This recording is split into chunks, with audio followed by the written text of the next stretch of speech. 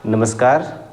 Geography की class में हम लोगों ने जो है प्रीवियस लेक्चर पे भारत की जलीय सीमा पे डिस्कस करना शुरू किया था, तो उसी क्रम में आज की चीज़ें भी कंटिन्यू की जा रही हैं। अगर आपने प्रीवियस वीडियो को नहीं देखा है तो प्लेलिस्ट में जाकर उस वीडियो को देख लीजिए ताकि चीज़ें यहाँ से आपको अच्छे से समझ में आएँ।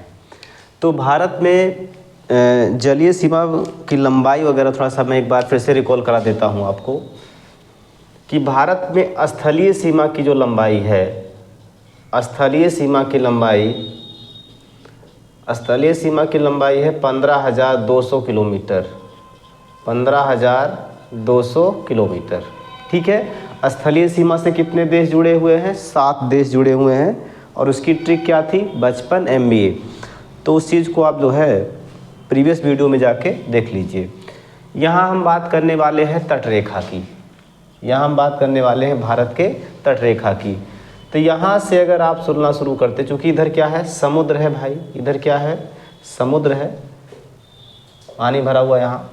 तो अगर आप यहाँ से चलना शुरू करते हो और यहाँ तक पहुँचते हो तो आपको यहाँ से चलते हुए ऐसे घूमते हुए इस तरीके से यहाँ जब आप पहुँच जाओगे तो आप कितनी दूरी तय करोगे? तो तटरेखा के बराबर। तो भारत के तटरेखा की जो लंबाई है, भारत के तटरेखा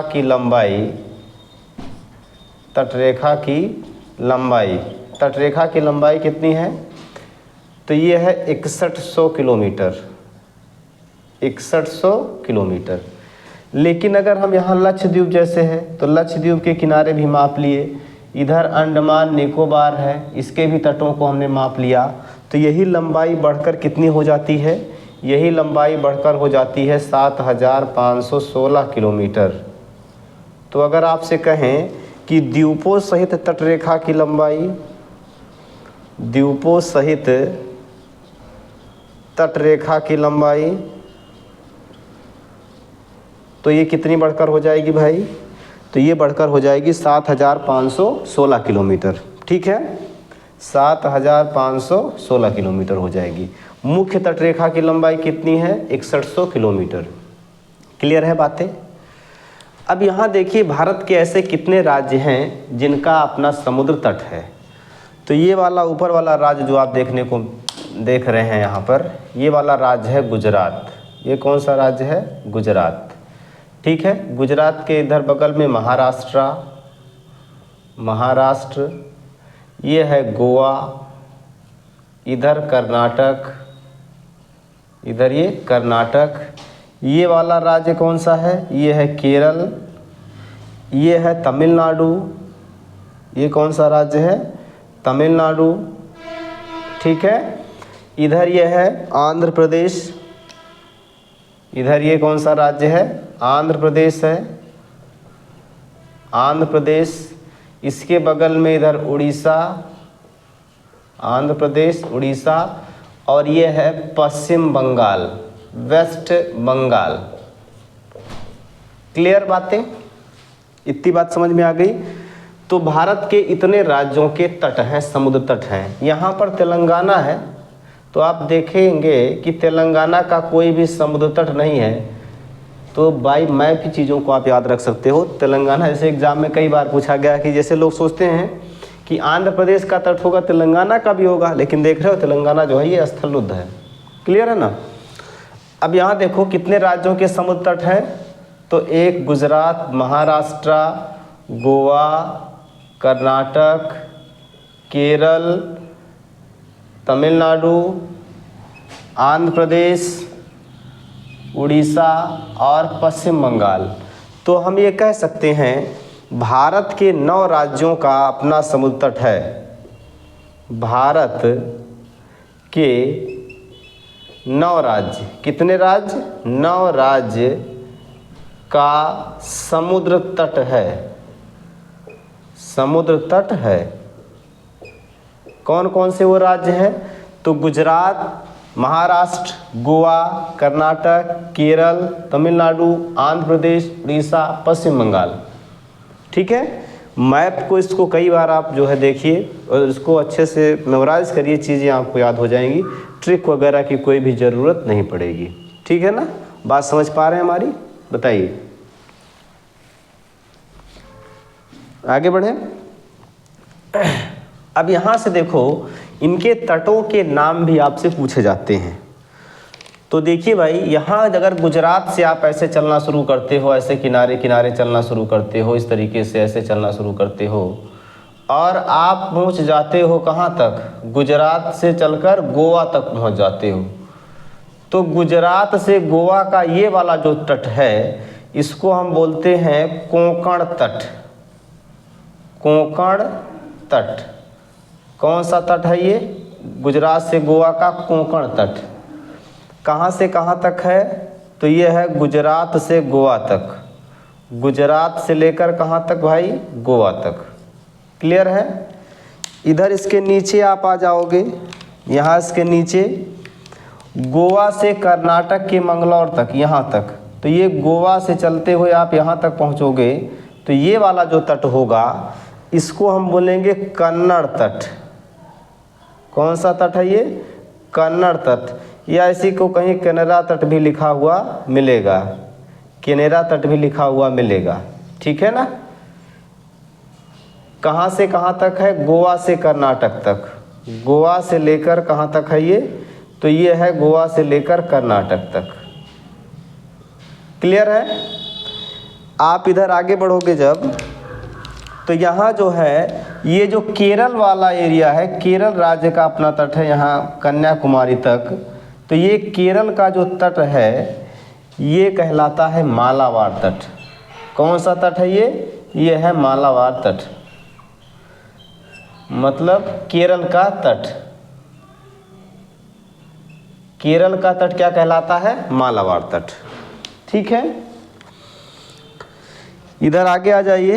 ये जो तमिलनाडु वाला एरिया है, तमिलनाडु का जो तट है, ये अति महत्वपूर्ण है, इसको भी याद रखिएगा। इसमें दो बहुत पूछे जाते हैं, एक ये मालाबार और एक ये जो मैं बनाने चल रहा हूँ।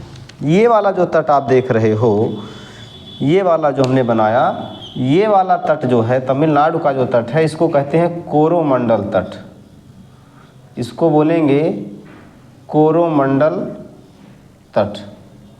ये किसका तट है, तमिलनाडु का। तमिलनाडु का जो तट है ये क्या कहलाता है, कोरोमंडल तट। ठीक है। यहाँ पर जो है कृष्णा नदी के आसपास के एरिया तक ये कहलाता है। आंध्र प्रदेश का जो ये तट है, आंध्र प्रदेश वाला जो तट आप देख रहे हो, ये आंध्र प्रदेश का जो तट है, ये आंध्र प्रदेश का जो तट है, इस आंध्र प्रदेश के तट को क्या बोलेंगे भाई, देखिए।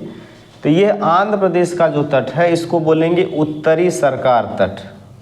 क्या कहेंगे, उत्तरी सरकार तट।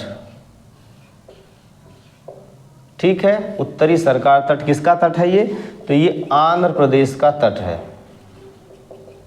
आंध्र प्रदेश का तट क्या कहलाता है, उत्तरी सरकार तट कहलाता है। ठीक। इसके ऊपर आ जाते हैं, ये उड़ीसा वाला, ये उड़ीसा का जो तट है, ये उड़ीसा का जो तट है इसको कहते हैं उत्कल तट। इसको क्या बोलेंगे, उत्कल तट कहेंगे। और ये किसका तट है, ये उड़ीसा का तट है। ठीक है भाई, क्लियर है। बताइए, ये बातें आप लोगों को आई होप समझ में आ चुकी होंगी। इसके ऊपर ये पश्चिम बंगाल का जो एरिया है, ये पश्चिम बंगाल का जो तट है, इस पश्चिम बंगाल के तट को हम बोलते हैं बैगा तट। बैगा तट, बैगा तट किसका तट है, तो ये पश्चिम बंगाल का तट है। ठीक है। देखो यहाँ से फिर से देखिए, गुजरात से लेकर यहाँ, गुजरात से लेकर ये गोवा तक का जो तट है इसको हम क्या बोलेंगे, कोंकण तट। कहाँ से कहाँ तक, गुजरात से लेकर गोवा तक। गुजरात से लेकर गोवा का तट क्या कहलाएगा, कोंकण तट।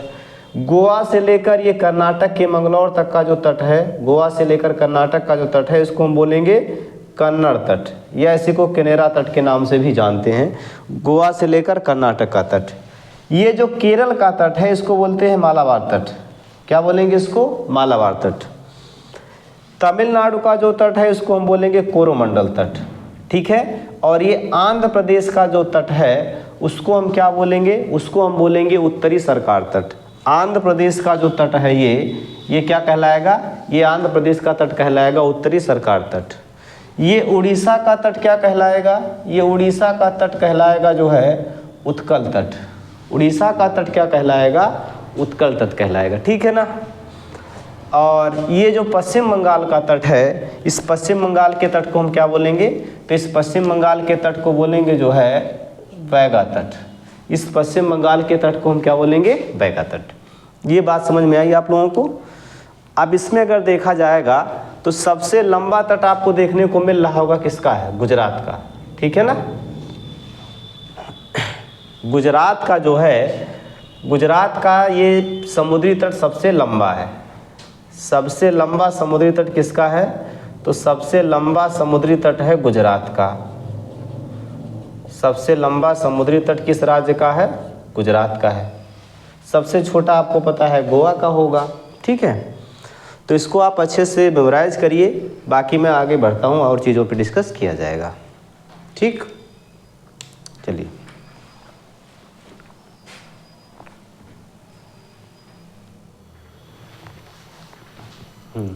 इसमें आगे देखिएगा जो है कि भारत का जो ये जलीय सीमा है, इसमें कौन कौन सी चीज़ें और आती हैं कि भारत के तटों से जो है समुद्र में कितने दूरी तक जो है भारत का अधिकार रहता है, इसके आधार पे हम यहाँ चीज़ों को देखते हैं। तो यहाँ देखिएगा जैसे ये भारत का जो प्रायद्वीपीय भारत है, इसका ये तट है। ये तट जो है टेढ़ा मेढ़ा है। ये तट कैसा है, टेढ़ा मेढ़ा है। और इस टेढ़े मेढ़े को जो है हमने एक सरल रेखा के द्वारा मिला दिया है। ऐसे भारत के तटों को जो है एक सरल रेखा के द्वारा मिलाया भी गया है, जिसको हम कहते हैं आधार रेखा। जिसको हम क्या बोलते हैं, आधार रेखा। ये चारों तरफ जितने भी इसको टेढ़े टेढ़े तट आपको दिख रहे हैं ना, इनको एक सीधी लाइन से ऐसे मिला दिया गया है, जिसको क्या बोला जाएगा, आधार रेखा, ठीक है। ये चारों तरफ है, ये एरिया जो है चारों तरफ है। मैं एक तरफ आपको बना के दिखा रहा हूँ, आप इधर भी सारी चीज़ों को समझ जाइएगा, ठीक है। यहाँ आधार रेखा जो है, ये देख रहे हो ना, टेढ़ा जो ये रेड कलर से मैंने बनाया, ये भारत का मुख्य तट है, लेकिन ये टेढ़ा मेढ़ा है। इसको हमने ये ब्लैक वाली लाइन से सीधी लाइन से मिला दिया है। यहाँ जो है इसके अंदर में जो भी पानी वाला एरिया रहता है अंदर में, इसको बोलते हैं आंतरिक जल क्षेत्र। इसको हम क्या बोलेंगे, आंतरिक जल क्षेत्र, ठीक भाई। अब हमको जो है ये जो हमने आधार रेखा बनाया है, यहाँ से समुद्र में कितनी दूरी तक भारत का अधिकार है, उसके आधार पर इसके 3 क्षेत्रों में बांटा गया है। पहला है प्रादेशिक सीमा। तो ये आधार रेखा से 12 नॉटिकल मील की दूरी तक, आधार रेखा से कितनी दूरी तक, 12 नॉटिकल मील की दूरी तक। समुद्री दूरी को मापने के लिए नॉटिकल मील का यूज़ किया जाता है, और 1 नॉटिकल मील जो होता है ये बराबर होता है, 1 नॉटिकल मील जो है ये लगभग 1862 मीटर के बराबर होता है। लगभग 1.8 किलोमीटर, मोटा मोटा आप समझ सकते हो, 1.8 किलोमीटर या 1800 मीटर तक होता है, ठीक है ना। 1 मील में 1600 मीटर और 1 नॉटिकल मील में लगभग 1800 मीटर, ठीक। तो ये प्रादेशिक सीमा कहाँ से कहाँ तक, तो ये है आधार रेखा से 12 नॉटिकल मील तक। इस पर जो है भारत के जो भी राज्य हैं, जिस भी राज्य का तट है उसका संपूर्ण अधिकार होता है। तो हम ये कह सकते हैं इस वाले एरिया में जो है भारत का संपूर्ण अधिकार, भारत का संपूर्ण अधिकार है, ठीक है। भारत का संपूर्ण अधिकार है इस वाले एरिया पर। मछली पकड़ना जो भी क्रियाकलाप हैं उस राज्य के, वो सब है, ठीक है, क्लियर। इसके बाद जो है ये आधार रेखा से जो है, आधार रेखा से 24 नॉटिकल मील तक की ये दूरी है, ये वाली, इसको हम बोलते हैं संलग्न क्षेत्र, ठीक है ना, कॉन्टिग्यूअस जोन। संलग्न क्षेत्र में क्या है भाई, इस वाले एरिया में जो है संलग्न क्षेत्र की अगर बात करें तो यहाँ पर देखो, साथ से संलग्न क्षेत्र और साथ से साफ सफाई और सीमा शुल्क। तो यहाँ पर जो है भारत को जैसे कचरा वगैरह किनारे किनारे जमा हो जाता है, तो साफ सफाई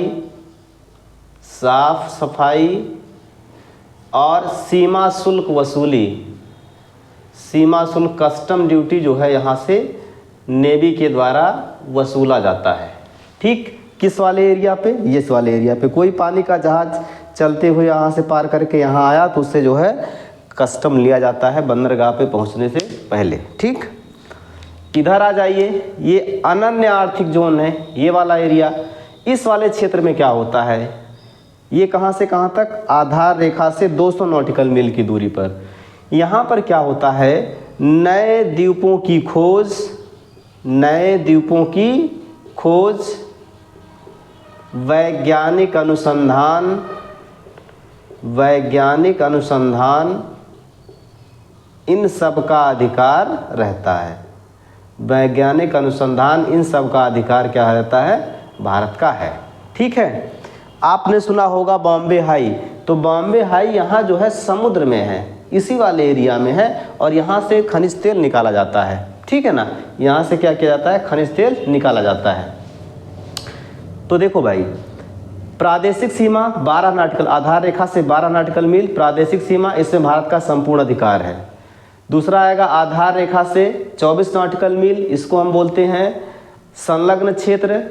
संलग्न क्षेत्र, यहाँ पर सीमा शुल्क तथा साफ सफाई का अधिकार भारत को है। इसके बाद आधार रेखा से 200 नॉटिकल मील, ये वाला जो क्षेत्र है इसको बोलते हैं स्पेशल इकोनॉमिक जोन, अनन्य आर्थिक क्षेत्र। यहाँ पर जो है नए द्वीपों की खोज, वैज्ञानिक अनुसंधान, खनिज उत्खनन, इन सब का कार्य जो है यहाँ पर किया जाता है। ठीक है, आई बात समझ में। इसके आगे जब आप बढ़ते हैं समुद्र में, तो वहाँ पर उच्च सागर शुरू हो जाता है, हाई सी शुरू हो जाता है, और यहाँ पर सभी देशों का बराबर अधिकार है इस वाले एरिया में। ठीक है ना, सभी देशों का बराबर अधिकार है। कोई भी देश जो है यहाँ पर कोई भी कार्य कर सकता है, उसके लिए जो है एक सहमति बनी हुई है, और उसी के आधार पर सब लोग कार्य करते हैं। ठीक, तो यहाँ देखो मैंने बताया कि प्रादेशिक सीमा कहाँ से कहाँ तक, तो आधार रेखा से 12 नॉटिकल मील तक, इसमें भारत का संपूर्ण अधिकार है, भारत का संपूर्ण अधिकार। ठीक, संलग्न क्षेत्र 24 नॉटिकल मील तक, 24 नॉटिकल मील तक। इसमें क्या है भाई, साथ से संलग्न क्षेत्र, साथ से जो है सीमा शुल्क और साफ सफाई, सीमा शुल्क, कस्टम ड्यूटी, और जो है साफ सफाई, तटों की साफ सफाई का अधिकार जो है किसका है, भारत का है। ठीक, अनन्य आर्थिक क्षेत्र, ये आधार रेखा से 200 नॉटिकल मील का एरिया है, और इसमें भारत को क्या क्या अधिकार है, तो नए द्वीपों की खोज, वैज्ञानिक अनुसंधान, ये सब। ठीक है, तो इसमें जो है नए द्वीपों की खोज, नए द्वीपों की खोज, वैज्ञानिक अनुसंधान। अब वैज्ञानिक अनुसंधान करेंगे जो है, तो वहाँ पर अगर खनिज वगैरह मिल जाता है, तो ये वाला एरिया भारत के अंदर में आ जाएगा। ठीक है, आई बात समझ में। तो इसको आप अच्छे से रिवीजन करिएगा, यहाँ से सवाल बनते रहते हैं, लोगों को बहुत बड़ी दिक्कतें होती हैं, लेकिन आई होप आपको दिक्कत नहीं होगी। इसको पढ़ने के बाद आपको सारी चीज़ें समझ में आ जाएंगी। तो आज के लिए इतना रखिए, बाकी मिलते हैं कल के वीडियो में। थैंक यू सभी को।